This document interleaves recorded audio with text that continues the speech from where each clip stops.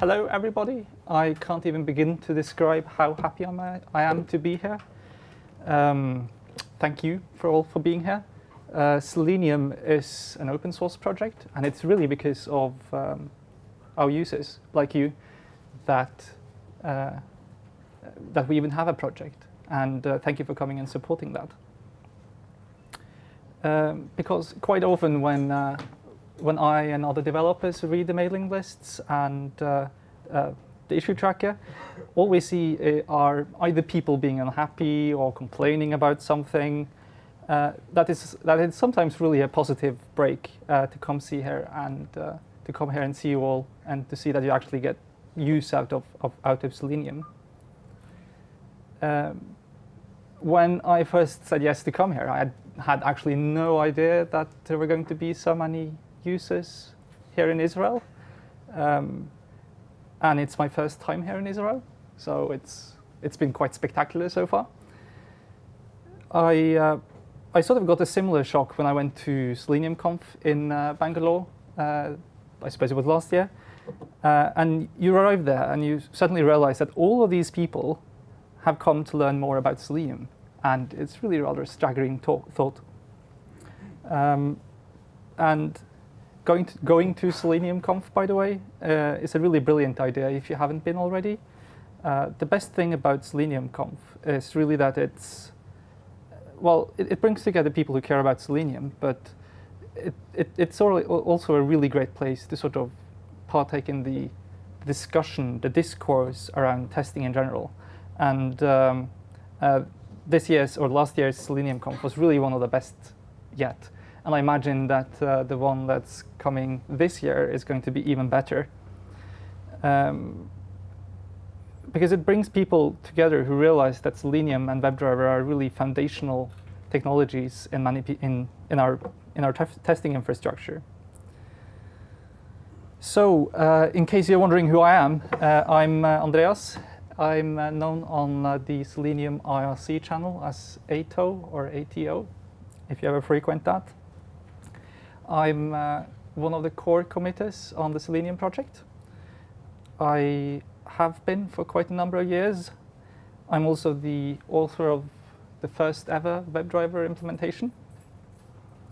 I'm a member of the W3C browser testing and tools working group.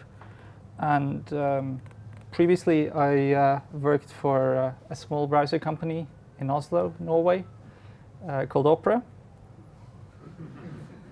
I did that for about 6 years, led the test infrastructure team there. And now I'm at Mozilla, where I'm working on the tools and automation team, which is sort of informally known as the A team. So that was a cue for the theme music. No, apparently I didn't give that message. So the tools and automation team at Mozilla is, now it's grown to be quite a large team. What we do is that we improve testing architecture and infrastructure throughout the Mozilla code base. And we have a separate team which is responsible for infrastructure, but we're sort of helping them out to scale to the needs that a modern browser vendor has today. As I said, we're a group of developers essentially who deal with who's focused on testing. We've been referred to sort of as the Swiss Army knife of Mozilla because we take on all sorts of different projects, and so even I don't really have the full overview of what my entire team is doing. Now, the goal of the tools and automation team at Mozilla is to, one, increase the impact that Mozilla has, obviously, but more importantly, to increase the effectiveness of the Mozilla community, to enable the Mozilla community to do their thing. And so that was me. I really didn't anticipate when I started writing computer code for the Selenium project back in 2008, 2009-ish, that I'd be standing here talking to, how many are we? It's at 160 on the list. It's a little bit fewer than that, I'm glad to hear. And if I did know that I'll be standing up here speaking, I'd probably reconsider starting to write code. Now, I'm not a speaker, I'm a developer, but hopefully you'll find my thoughts interesting. I think it's important that more developers decide to speak about what they're working on, and especially people who work inside of testability and testing related things, because I generally feel that the discourse within testing isn't as heavily focused on as some other disciplines within computing. And so I'd really encourage you to continue here and suggest talks to this meetup. And perhaps if you have something really interesting, come to Selenium Conf this year and talk about it.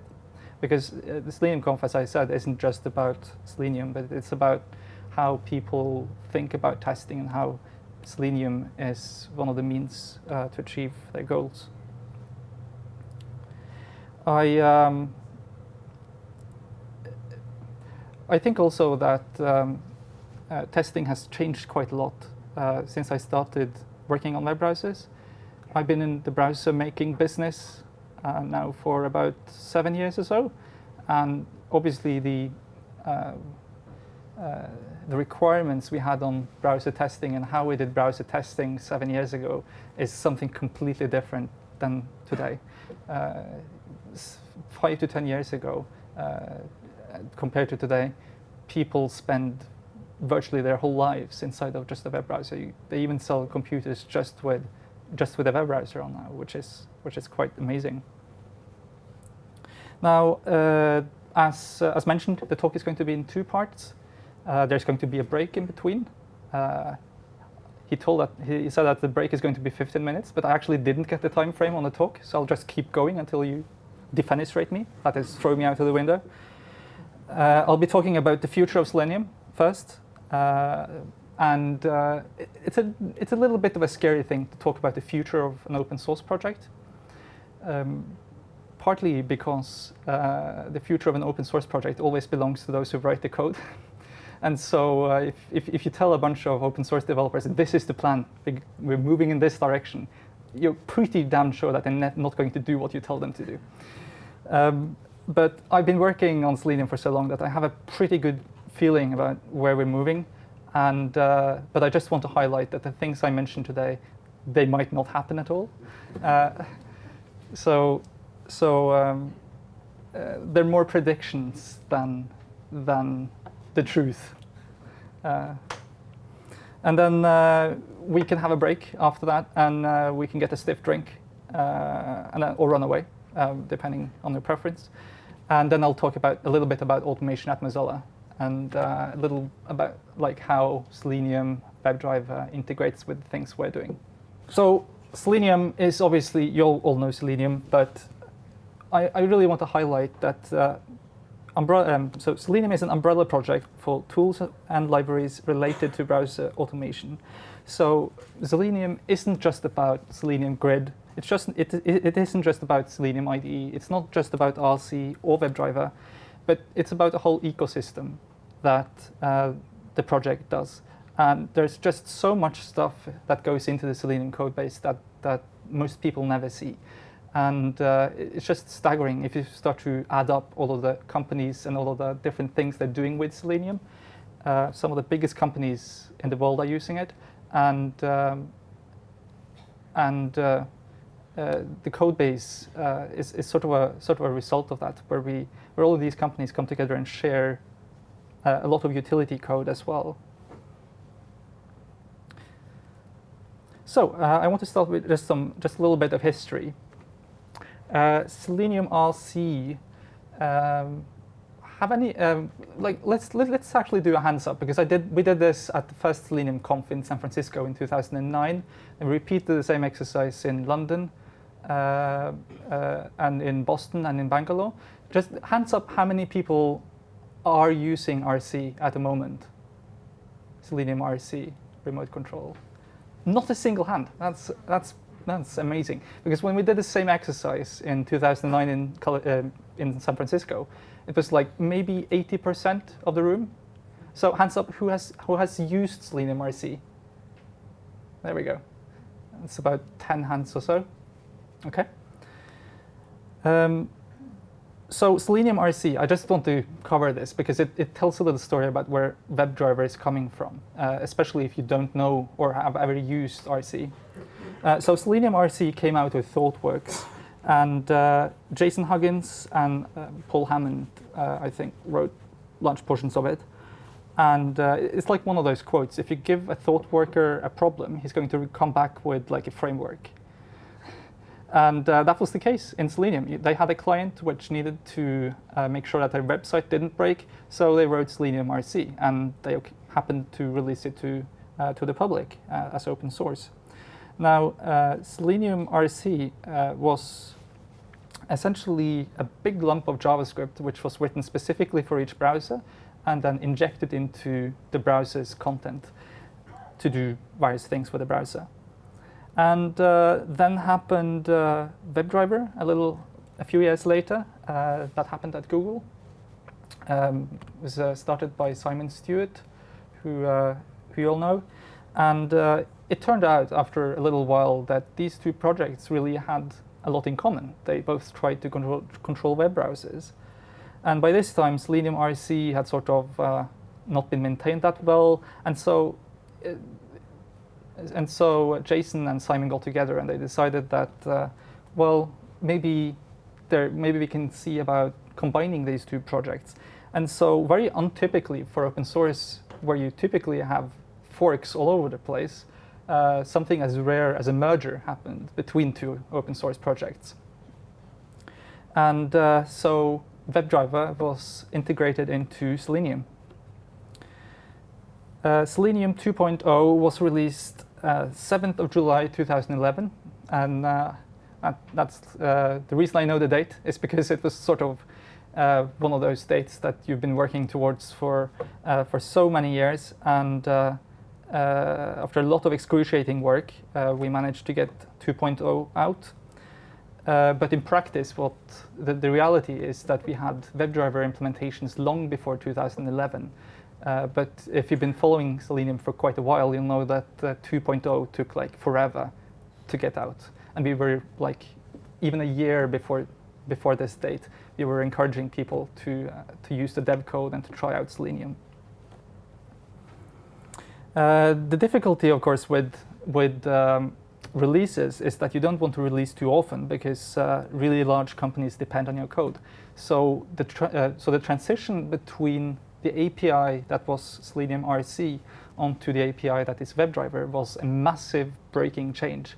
And we had, Simon was working at Google at the time, and they had an entire team just work on upgrading RC code, and they didn't complete the full upgrade of RC code until several years after 2.0 was released. And so lots of breakage if you did, and so you often need to convince people that it was worth upgrading. And so API changes are something that we sort of try not to do too many of.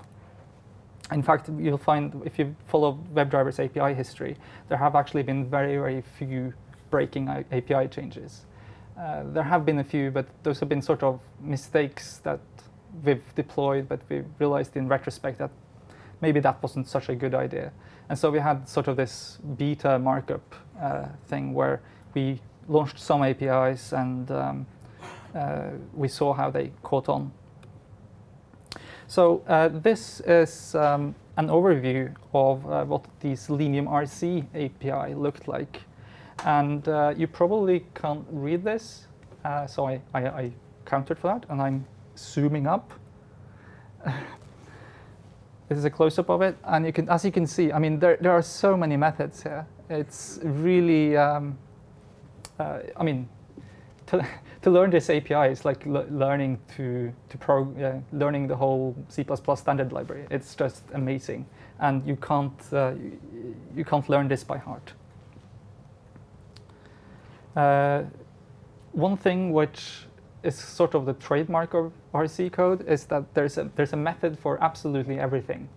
everything has its own method, and it's exposed directly on the Selenium object itself.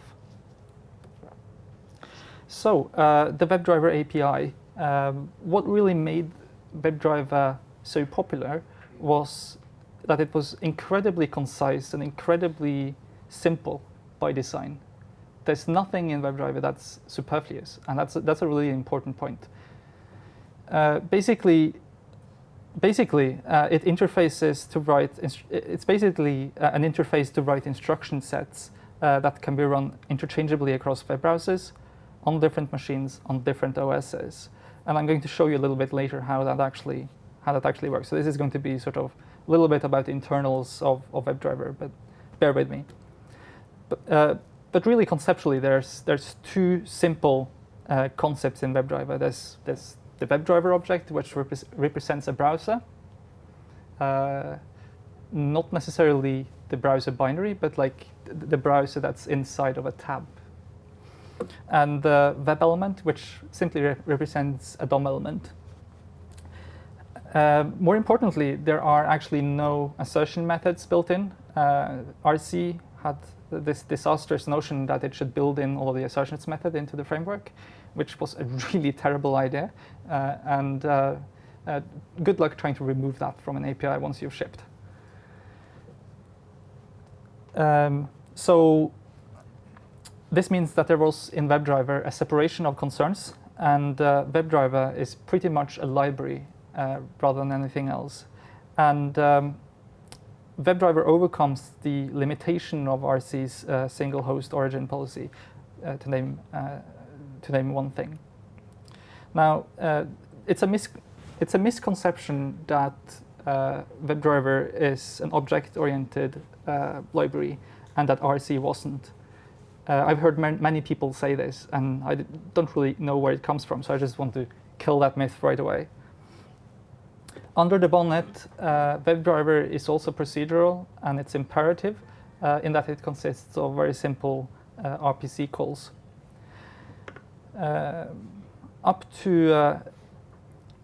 It's really up to client bindings to decide how the API should look.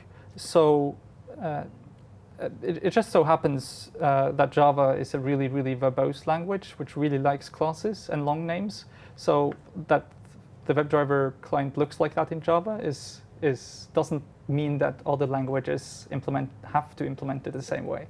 So for example, applying the same API design from Java's client library of WebDriver to, I don't know, JavaScript, maybe not the best example, let's say Perl, Go, those languages, it's a very unnatural way to program in those languages. So there's absolutely no demand that the client libraries follow the exact same pattern as the Java one, even though that's the most popular one and that's the one that the test suite is written in. So if you happen to be developing WebDriver clients, don't mind about the API. You should write what is natural for that language, what feels idiomatic. So I really want to highlight that there's a separation or a distinction between the API that WebDriver presents and the primitives which lies underneath it, the SPI as we call it. And the SPI is short for Service Provider Interface, which is what the different people who implement drivers have to follow. And I've included an example here of what the API looks like and how that maps down to essentially procedural and stateless commands. Now this is a little bit of a simplification, but you get the point. Now the good news is that we're really winning the fight here. So has anyone of you used Qtp? A few hands, maybe 10 hands or so, yeah, 15. And now this is a job search from Indeed.com. If you match the popularity of job adverts featuring Qtp versus Selenium. So obviously we're pretty much rocking the game here. But these figures are relative. They're not absolute numbers. So if you, but even so, if you look at the absolute numbers, we're actually rocking it even more because the numbers for QTP are pretty bad. But this is more of a fun fact to me than like how big the job market is.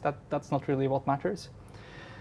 We don't make Selenium to compete with QTP. We've never done that. That was never the intention of Selenium. We created Selenium because we had a use for it, and it solved our problems, and it so happened that it solved some of our friends' problems. And so long as Selenium continues to do that, there's a market for it. Now, it isn't said that Selenium isn't going to be superseded by some other tool, but as long as there's life in the project, it's going to continue to adapt to new web technologies. So it's really more. So it's really more of a nice side effect that we really seem to be rocking it on this. Now, Selenium is more than just the client and the server, as I mentioned. It's also the driver implementations. That's where the core of what WebDriver does for you happens. The Selenium server delegates down to the drivers to tell the browser to do something. And so each WebDriver or each driver implementation is different. There's one for each browser, naturally.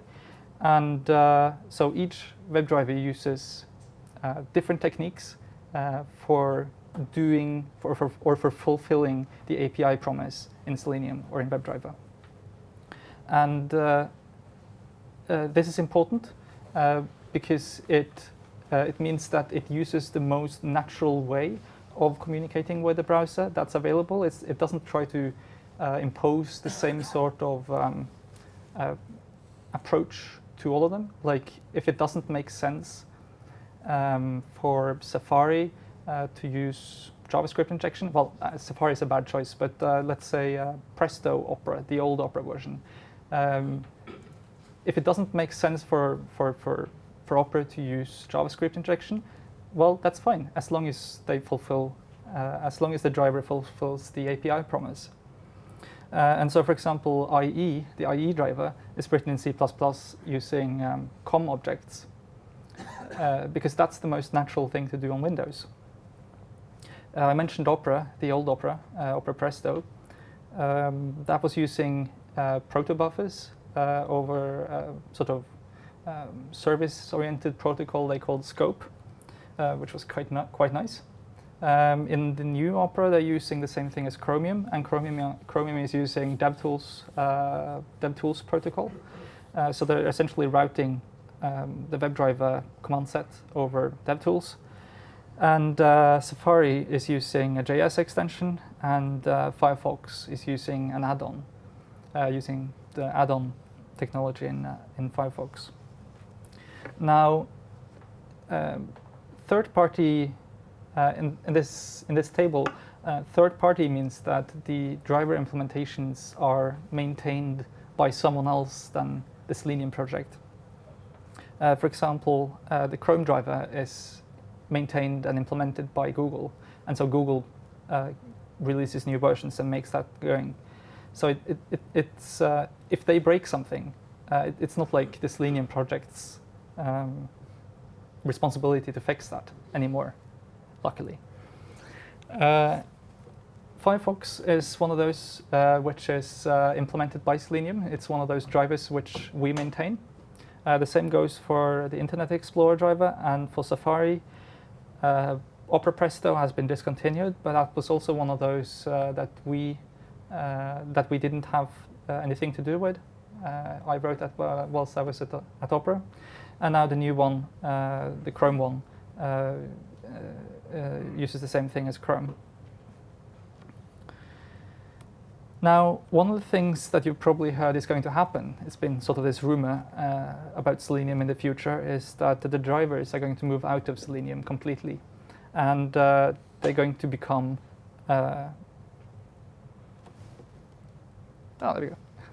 I knew I was missing some arrows. And that they're becoming essentially parts of the browser vendor's domain rather than Selenium's. We end up with this. We're going to get browser vendors to step up to the plate and to do their thing. And they are actually stepping up to the plate now. We've been at this process for several years, and finally we can sort of say that the browser vendors are actually fulfilling their promises. Now this means a number of different things for Selenium. It means less work for us as developers to work around bugs and sort of have to do workarounds to get the browsers to do roughly what we want them to do, and to spend essentially more time on what matters in Selenium. The good news is also that it's going to, for example, fix the Firefox breakage that happens whenever we release a new version of, whenever Firefox releases a new version, which is a pain in the ass. So it essentially decouples the drivers from Selenium. So it has positive effects also for the browser vendors, because it means that they can release independently of Selenium. They're no longer dependent on having to interact with an open source project, which in cases for some of the driver implementers is an issue. And it's good for us because we don't have to maintain them. We just provide the infrastructure, the ecosystem around. Now I'm going to talk a little bit about quite a bit actually, about the WebDriver spec, which we've sort of been busy focusing on. The spec is fair to say that it's one of the things that have that's responsible for not more features being added to Selenium, or for there not being more releases than there are, because there's just an immense amount of resources being poured into this spec, and it is going quite slowly. But we're getting there. We're slowly moving in the right direction, I think. And so just to explain what the spec is about. So WebDriver, unless you've heard, is going to be standardized as a web standard through the W3C. And this means that we're turning WebDriver from being a de facto solution of browser automation to being a de jure solution for browser automation. The vendors that are involved in this process so far are Google, Microsoft, and Mozilla, which means that once this spec, practically this means that Google, Microsoft, and Mozilla have committed themselves to providing implementations of WebDriver for Selenium, or which the Selenium project gets to use. And so the working group itself consists of representatives from those three browser vendors, plus a number of invited experts who don't work for browser vendors. We have some from Facebook, we have some from Salesforce, and a couple of other smaller companies. The VG, the working group, have been meeting since October in 2012. Our first meeting was in Lyon in France, which is the most civilized place to go if you're going to discuss specifications, because they provide you with like a table with white cloths and lots of wine on the table, and it was really a very nice experience. And we've had 6 meetings since then, in not so flattering places, places like Silicon Valley. So this is essentially what the spec looks like. That was a screenshot from a couple of days ago. Dave Burns, who's the editor, one of the editors of this spec, the co-editor, he pushed a rather big change this morning, so I didn't have time to update my screenshot, but it looks roughly the same if you squint a little bit. You'll find the up-to-date version of the spec at this URL. And just a little piece of advice, when you ever read web standards, never ever Google them. Because if you Google web standards, the first result that they're going to show you is the ones that are under W3C/TR, which are the recommendation standards. And no browser vendors actually implement those. It sounds crazy, but that's W3C for you. And so you need to go and look at the editor's draft. That's the one with the red sidebar. That's where you want to read. So if you ever want to file or end up filing bugs against the WebDriver spec, you need to refer to the prose that's in the most recent version, not the one that's been moved into recommendation. This is a picture of the charming people that are going to bring you the WebDriver spec from one of our meetings in California in October last year. We have invited experts and browser vendor people.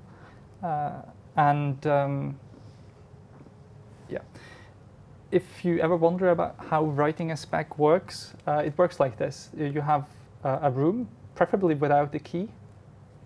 You lock people inside of the room. They sit around the table and they shout at each other endlessly for hours. Then before they end up in a fight, you take them to the pub, they get drunk, and they make friends again. And it always happens in some godforsaken place like the Silly Valley in California. In reality, this is actually what happens.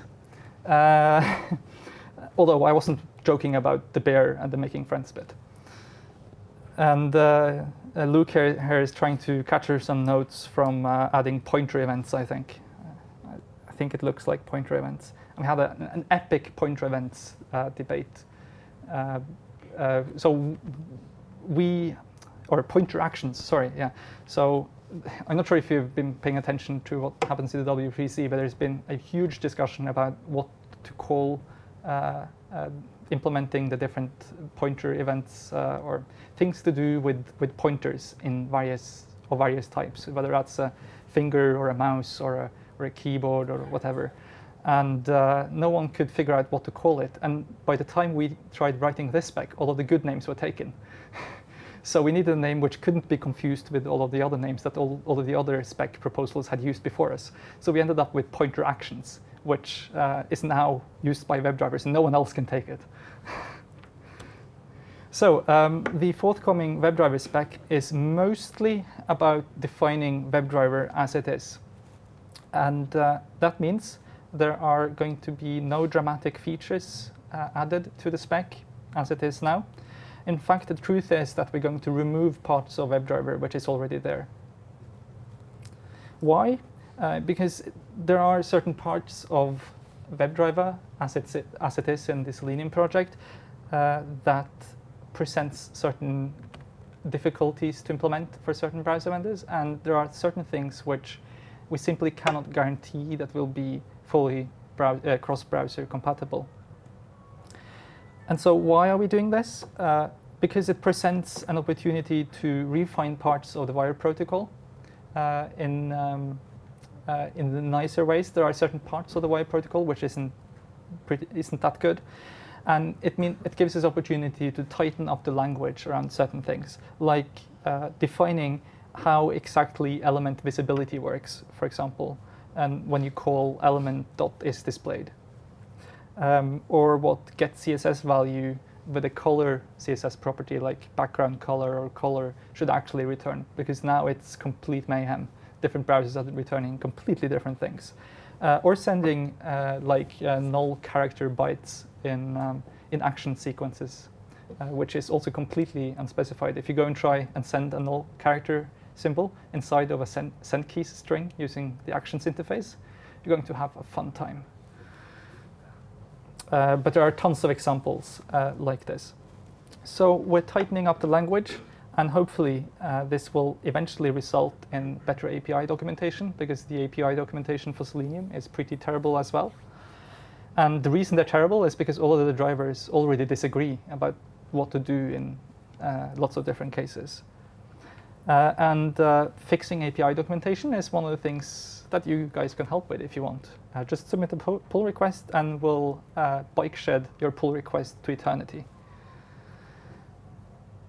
Following the specification, new features to Selenium, new features to WebDriver are intended to be added as so-called extension modules, and but this has certain implications for the work we're doing now. It means that the core WebDriver specification needs to be rock solid, because if you start to build a new extension on top of the WebDriver spec, with some new technology, then you realize in that process that the core WebDriver spec is wrong. You can't just go back and change it. You need to work around it, or at least changing it is going to impose a series of very, very difficult problems for you, because you need to go through the whole rec thing again. And so we don't want to go back to find out that we made mistakes, because it will nearly be impossible to rectify.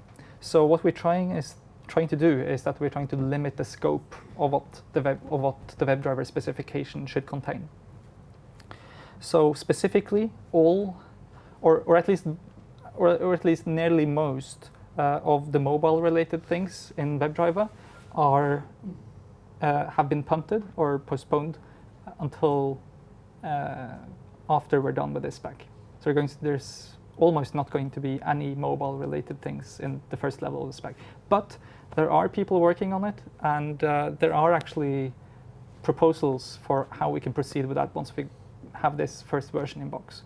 And I imagine that when we have completed the first version of the WebDriver spec, adding new things on top of it, like mobile-related things, it's going to be much, much easier once we have the core protocol and the core things that WebDriver needs to define in place.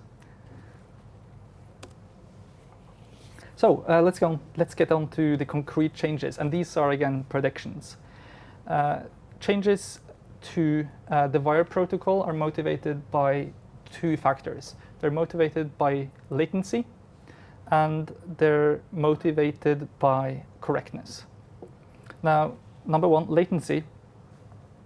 WebDriver does a lot of network communication. This isn't usually a problem if you run WebDriver tests on a loopback device like your own computer.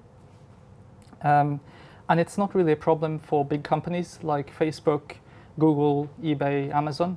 All of these companies are running tests on virtual machines in their own private networks where network latency isn't so much of a problem. Like it's still a problem, but it's not so much of a problem when you're running in a closed network with very high speeds. But it is usually an issue for smaller and medium-sized companies who use, for example, assorted hardware that they've put together, and especially if that hardware is in different locations. So you move from the maybe Google size setup where you have maybe a 10 millisecond delay, or maybe that's exaggerating, to maybe 40 to 50 milliseconds. And that makes such a huge difference for such a network-intensive protocol like WebDriver. And so we all know that maintaining your own grade of machines is a pain in the ass. So what's the solution? How do people solve this? How do people move away from having to maintain their own machines? Well, they outsource it to other companies like Source Labs or companies like BrowserStack. But by this point, when people start doing this, the latency isn't anymore 50 milliseconds. By the time your command has executed, you put actually 4 times the internet in between you and each call you make, because it has to go backwards and forwards with a confirmation for each command. So if you sit here in Israel and make a call to Source Labs, that goes 4 times back and forwards for you to execute a single command. And if you've I'm imagining that this is a real problem you're having. I'm not sure, but at least when I sit at home in Norway or in London and I run Selenium tests against Source Labs, it's pretty damn excruciating to watch, right? So I try to close the tab and not watch it because it's just painful.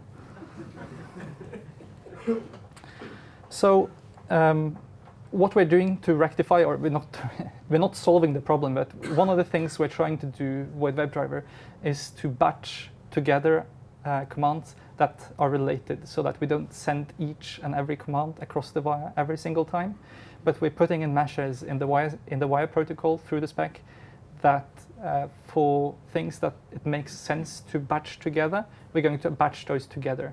Because especially when you deal with advanced user interactions, let's say you're using advanced user interactions to do something with a mouse, and you need to hover something and keep the mouse in the same place. Sometimes that is time dependent, and so having this latency, which you have no control over in WebDriver, is making that very, very difficult. And so it's also very difficult to debug. And so one of the things we're trying to do is that we're trying to batch all of those actions where it makes sense together, so that the actions will be sent over as one big lump of actions and be performed instantaneously, or as fast as a driver can do on the node. So we're trying to make the WebDriver less chatty. The second point is about correctness. I've already mentioned a few things, but there's also the HTTP front end, the HTTP via protocol. It's REST-ish with focus on ish, in that it's pretty unintuitive to use for some things, because we're sort of combining get and posts, and we're using like data variables for certain things. We're using headers for some things. Currently, it's a little bit of a mess. So we're trying to clean certain things up there to make it nicer for people who write bindings, talking to the HTTP API to use. And that especially makes sense if you're like doing a one-off thing, like maybe you're using JavaScript to control some browser from inside the browser. I'm trying to do that right now. And so making those kind of requests from JavaScript using XHR will become much nicer. But the changes we're making will also make the existing Selenium 2 bindings incompatible. Which is obviously a problem, because we have lots and lots of client software out there which is using the Selenium 2 protocol, which are going to become useless. So, but although the API itself is going to remain mostly unchanged, so the things we're trying to do is that we're trying not to have people need to update their test code to any great extent. Actually, I don't think we have made a single change in the API so far, so things are looking good on that front. So some of the things we're doing, where I mentioned actions, we're going to provide a unified structure for different types of actions. Currently, we have a separate one for keyboard, a separate one for mouse, and that just doesn't scale. I mentioned pointer actions. But imagine if you have different types of input devices. Maybe you want to automate a mouse, but maybe you want to automate a finger or a stylus pen, etc.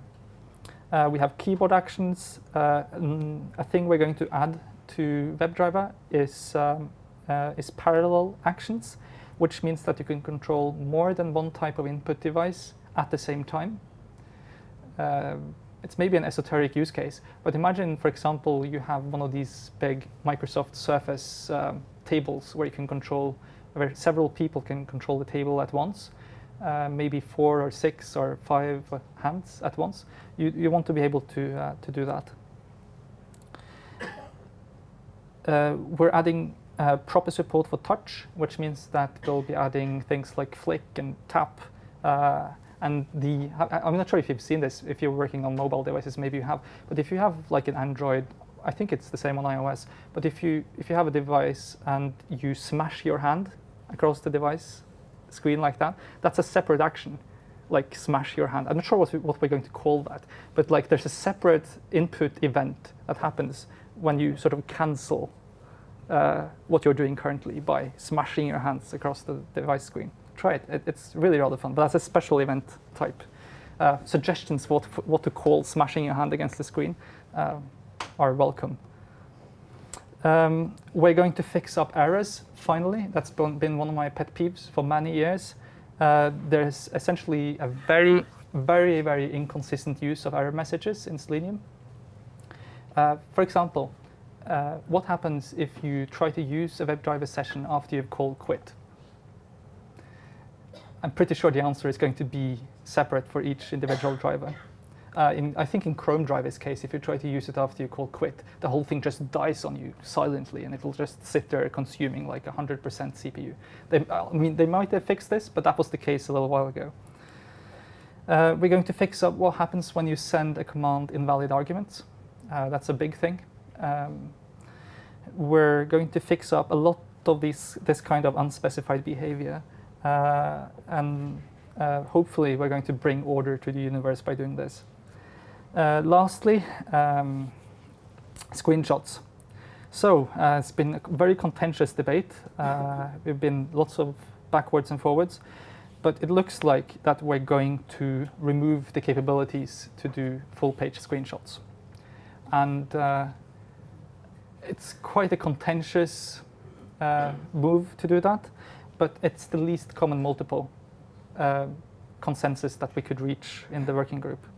Because the question is, what can every single browser that implements this specification implement? What can every browser support? Well, the answer is that we need to remove ambiguity from the spec. We can't like have something mandated in the spec, and knowing that one browser vendor can't do it, they're not going to agree to that. And so full-page screenshots is just one of those things which the way they are implemented in WebDriver right now is incredibly hacky. Like in certain implementations like IE and IE at least, we're essentially stitching together screenshots. Like we're taking a screenshot, scrolling down, taking a screenshot, scrolling down, taking a screenshot. And so what do you think happens when you have like an infinite loaded page like Twitter and you do that? It's just going to keep loading and loading and loading more tweets. So the action is never going to complete. And it's things like that which has made that we've reached this decision. But the good news is that the drivers who already implement full-page screenshots are probably not going to remove it. And so I'm going to mention it a little bit later, but we're adding a way to add extensions to the spec. So what's going to happen for Firefox, for example, who support this natively? It's going to be added as an optional thing, but only for Firefox.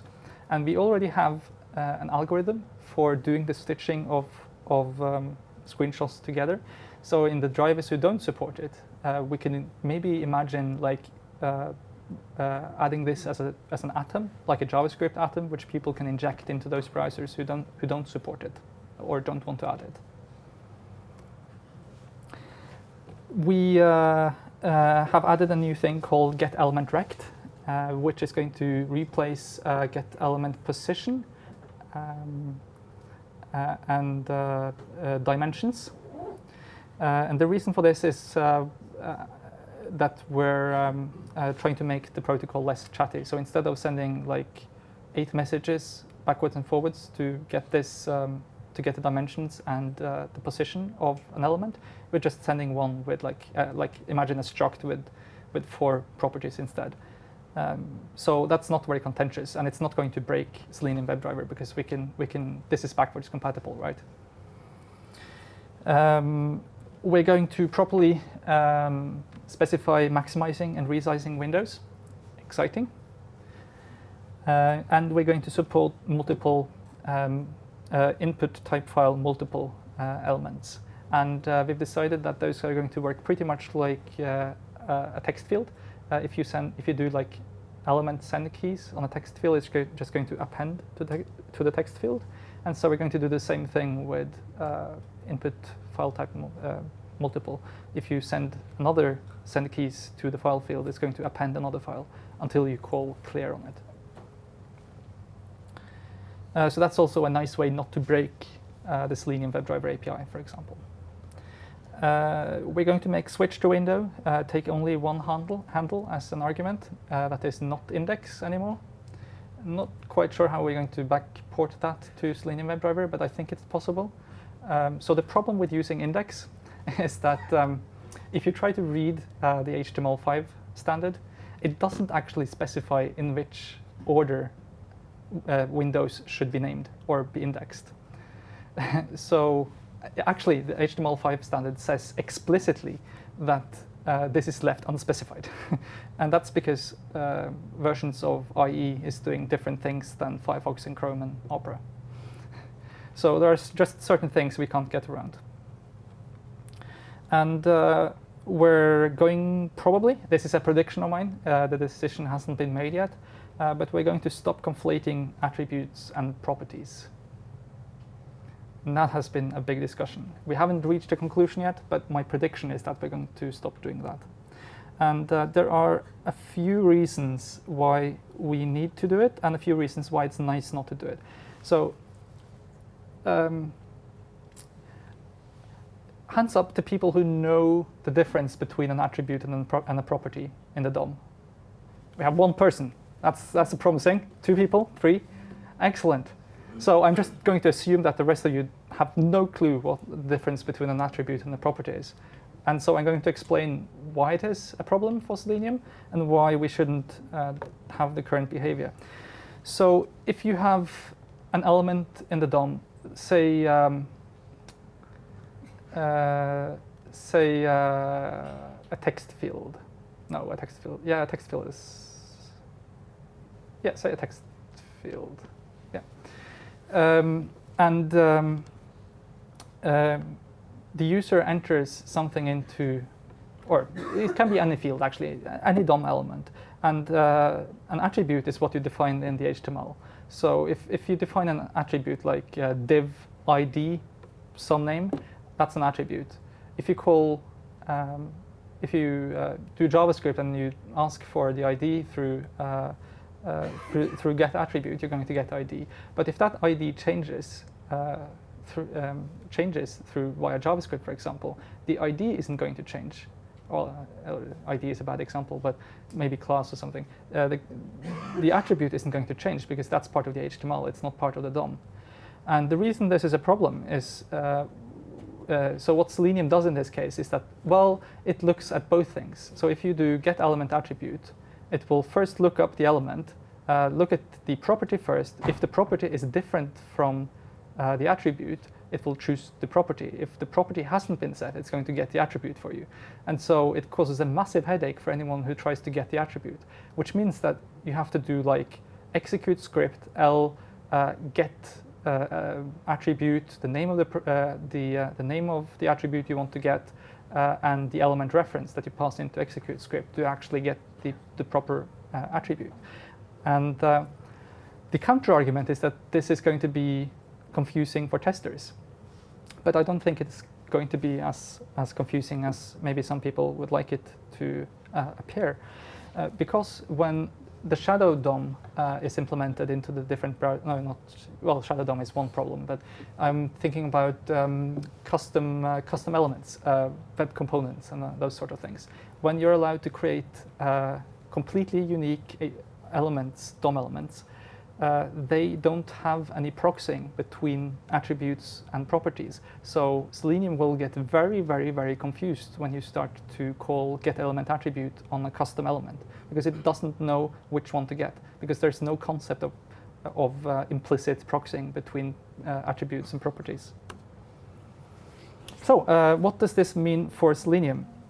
Well, it means that the future of the Selenium project is going to largely center around the W3C specification.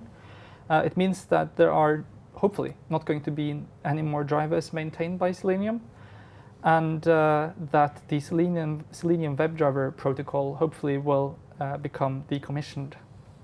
The burning question is how to handle backwards compatibility. And we haven't answered that question yet, by the way. For Selenium 3, Selenium 3.0 and onwards, Selenium RC is going to be deprecated properly this time. It's going to be split out as a separate download. We're not going to like remove it and not ship it, but we're going to ship it, and the people who want to use it can download it and use it for themselves. But we're doing absolutely no active feature development on RC anymore. It's a dead thing. It is no more. And the recommendation for people who have to use RC, like if you have a legacy test suite of RC tests, is to continue using the Selenium backed WebDriver, so that you can it's basically a shim that translates RC to WebDriver. Now the IDE, Selenium IDE, has an uncertain future, partly because Firefox is going to ship with multiple processes not quite soon, but in the future, and so that's maybe going to break IDE. I don't know. My colleague Dave Hunt did a bit of testing of it last week, and it seems to sort of be working, but we didn't test window switching, and so switching between different processes is going to be, I think, problematic for Selenium IDE.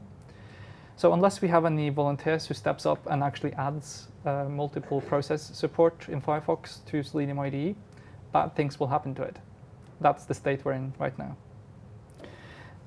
Will there be cleanups of the API? Maybe, I'm not sure. Probably not too many drastic changes. And good news, we're getting new documentation. There's been a few of us working on that for the better half of the last year or so, and we're making some progress. I'm going to show you a little bit of that later. Continuing on the cleanups in the API. So using WebDriver after quit should yield an error. I've already mentioned that. Actions will have a single endpoint. We will have required capabilities, hopefully, in all of the client bindings. Required capabilities is a thing only in Java, I think. Please correct me if I'm wrong, currently. And basically, desired capabilities means that you desire to have a certain set of capabilities. It doesn't actually mean that that the server is going to give it to you. So like if you have a grid setup and you with only Windows machines, and you request Firefox on Linux, it's going to give you IE, which is probably not what you wanted, but it's there because of various very interesting reasons, which I'm happy to go into detail about in the break. We're hopefully going to clean up the constructors for various Java classes. The Firefox driver and the Chrome driver classes come into mind.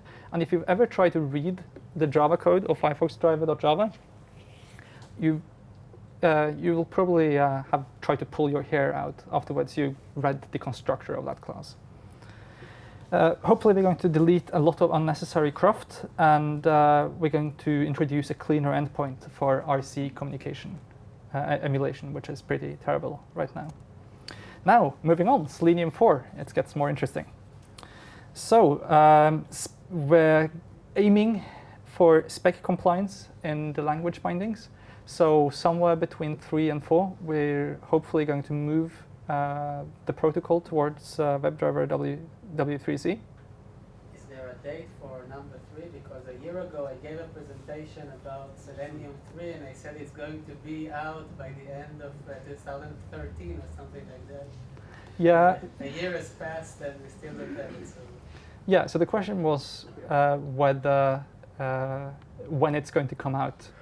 And that is the single biggest mistake that Simon has ever made, to give a firm date. He's an open source developer. He should know better than to give dates to users. So to answer your question, I have no idea. It's going to happen when it happens. And it really depends a lot on like our energy and commitment to Selenium, because we're not many developers on Selenium. So like I get paid to work on Selenium as part of my day job, but many committers don't get that opportunity. So it's going to become one of those things which we will hopefully get done. And I think the incentives towards moving towards Selenium 4 when we get the specification out are going to be quite strong, because we don't want to have a specification in one place and which no one uses, and then Selenium which uses something completely different. So either we make like a shim and don't care about Selenium anymore, or we try to bring the Selenium project along, and hopefully we'll be able to do that. So the question about spec compliance in language bindings means, for example, what do you do if you have a Selenium 2 binding and you try to connect to Selenium 4 version 4 server, which serves the W3C bindings. Should we have a shim for backwards compatibility? The answer is probably yes. Who's going to write it? I don't know. So hopefully, or my prediction is that Selenium 4 is going to become a project which consists solely of the language bindings and of the Selenium test suite and sort of the ecosystem of that is Selenium, and not any drivers, nothing else. The drivers are now the responsibility of the browser vendors, with Selenium providing the ecosystem. I want to just give a shout out for the new Selenium documentation that we've been working on. It's available from this URL, and it's not complete. It's not production ready yet, but we have a lot of good content there. We have also some not so good content there, which would like help in improving. But like there are actually certain parts in this new documentation which are better than the old one. Things to do with weights, explicit, implicit weights. But there's also enormous portions of it missing. So I'd like to invite you to help out, because this is something we'd like to see get done before Selenium 3. And we're going to be sort of very pragmatic about this. Once we have something in this documentation which is better, or not as good, but a little bit better than what we have now, we're going to make this the default documentation for Selenium. And what we need help with is essentially writing new documentation and and it's perfectly fine also to take documentation which is already part of the official documentation and move that over. Just like copy it and paste it into the new one, as long as it's good. Because there are bad parts in the old documentation as well, and now we're trying to sort of leave out certain bits of the RC and the IDE documentation, which seem to be very prominent and dominant in the old documentation. Oh, I already said this.